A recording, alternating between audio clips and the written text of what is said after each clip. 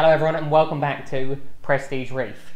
Today I was meant to do an update on the Red Sea tank, however unfortunately something's come up which means I haven't got a lot of time. So I wanted to do a quick update for those of you that watch the channel every week because I don't like to let you down.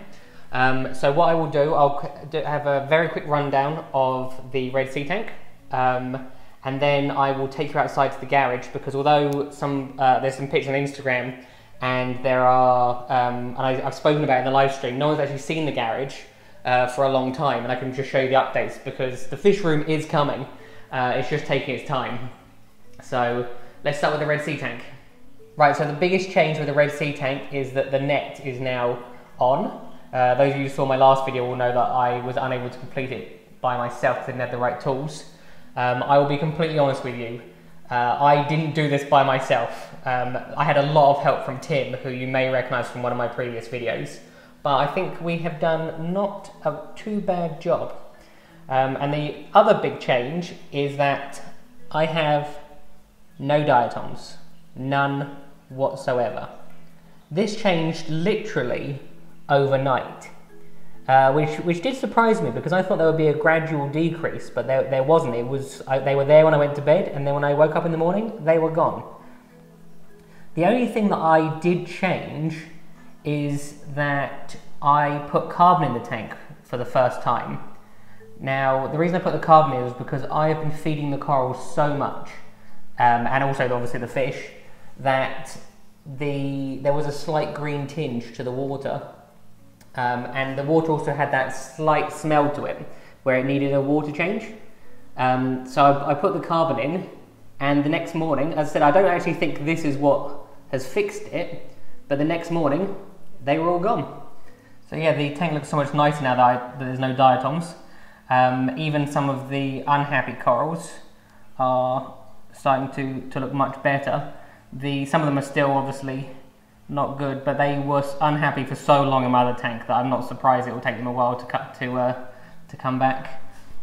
With regards to the mushrooms, the ones I fragged are doing well. I actually cut it into 3 pieces, and I lost one, which is here, but I found it this morning. It is slightly bleached, but hopefully it will come back.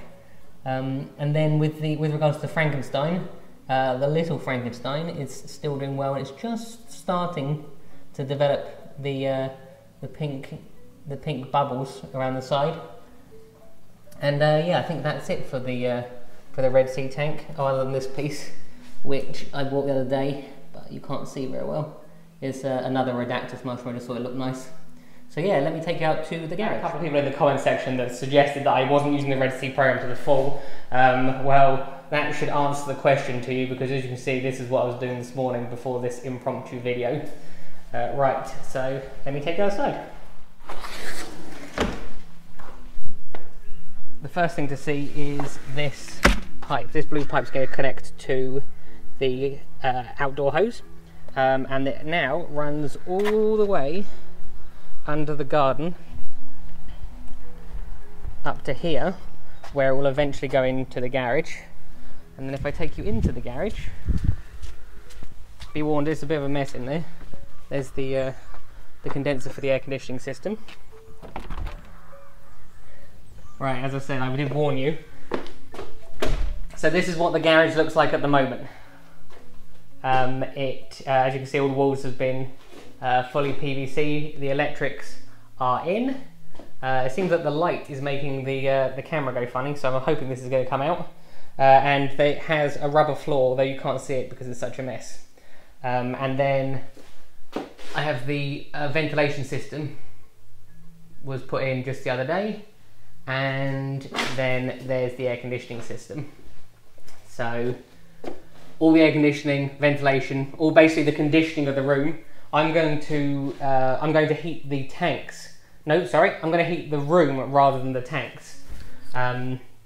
Because it'll be a lot cheaper to run by heating the room rather than specifically heating the tanks.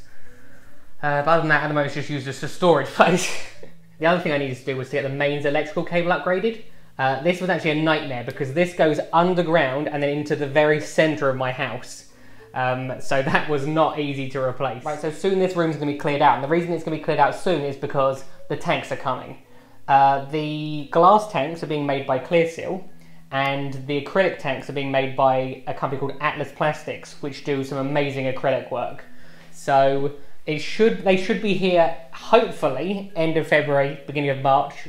There's quite a lot involved, which is why it's taking a while. I think with regards to the glass tanks, there's actually 10 of them coming, including the sumps.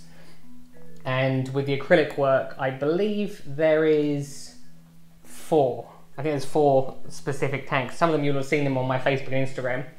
So yeah, that's basically it for the garage at the moment. But hopefully soon, it will be filled from that wall all the way to that wall with tanks. So it's very exciting times. Very exciting times are coming. That's it for today, guys. As I said, I'm sorry it's a short one. I don't have a lot of time, and yeah, hopefully next week things will resume and go back to normal. Have a good week, and I will see you next time.